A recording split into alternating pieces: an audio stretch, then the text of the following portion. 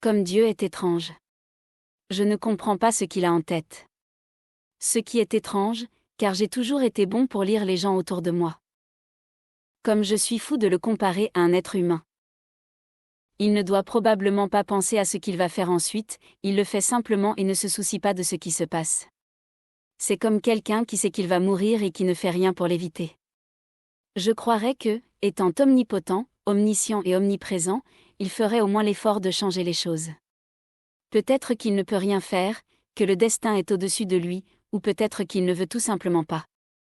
Dans ce cas, Dieu est paresseux. Après lui avoir montré mon doigt d'honneur, j'étais un peu nerveux. J'espérais qu'elle m'enverrait dans son putain d'enfer, mais en un clin d'œil, je me suis retrouvé dans la chambre de mon ex-petite amie. Ce n'était plus moi, j'étais une sorte de fée. Un ange ou un démon. De ceux qui se posent sur votre épaule et vous disent des choses que vous désirez ou que vous savez déjà. De plus, j'étais intangible pour tout le monde, et invisible pour tous, sauf pour elle. Karen s'est réveillée et m'a vue. Elle a crié comme une folle et c'est alors que j'ai réalisé que ses sentiments n'étaient pas les miens. Ce que je ressentais était ce qu'elle ressentait. Cependant, je pouvais encore penser. Peut-être que c'est cela qui nous a été donné par le fruit défendu. Cette fille aux yeux verts venait d'une famille très religieuse, mais contrairement à ses 7 autres sœurs, elle aimait expérimenter en dehors de sa zone de confort. Comment le dire de la meilleure manière ? Les choses au-delà de sa boîte à chaussures la tentaient. Quand nous sortions, c'était ce que j'aimais le plus chez elle, sa curiosité, sa malice, sa jolie innocence. Au fil du temps, j'ai fini par oublier qui j'étais.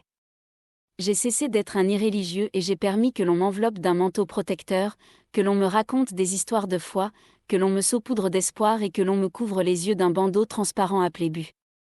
En fin de compte, j'ai accepté toutes ces choses chaleureuses, magiques et fausses que Dieu ou nous-mêmes nous donnons pour rester calmes, satisfaits et ignorants. Mais un jour, alors que je me regardais dans un miroir brisé et que Karen pleurait par terre, car elle avait été violée par un homme machiste et viol de l'Église, j'ai organisé mes pensées. L'idée était claire, le cœur était le moteur, l'âme était le moyen et ma volonté était la seule vérité qui importait.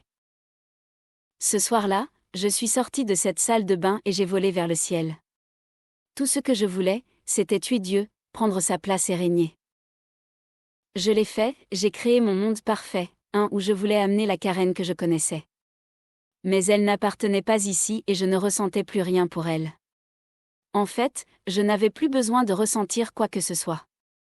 Et ainsi cela a duré longtemps. Je l'ai détruite, tout comme son âme, je lui ai donné le repos, je lui ai donné la paix. J'ai oublié son monde et j'en ai créé un nouveau, puis un autre, et tous ont prospéré comme je l'espérais. J'étais une entité toute puissante. J'étais le système qui faisait fonctionner l'horloge. Je n'existais plus, c'était comme avant. Tout était pareil, tout faisait partie de tout. Peu importe la perspective d'où je regardais, toute la vie était la même, toute la mort était la même. Je savais que ça finirait ainsi. Je n'étais plus libre, personne ne l'était.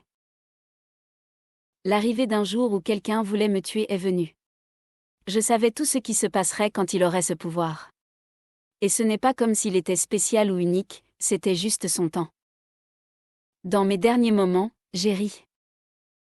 Être Dieu est un cycle sans fin où vous pouvez tout faire, mais pourtant, vous ne faites rien. Je n'ai pas disparu, j'ai juste fermé les yeux pour ne plus voir le vide. Maintenant, je dois être un enfant jouant avec ses jouets. C'est ironique.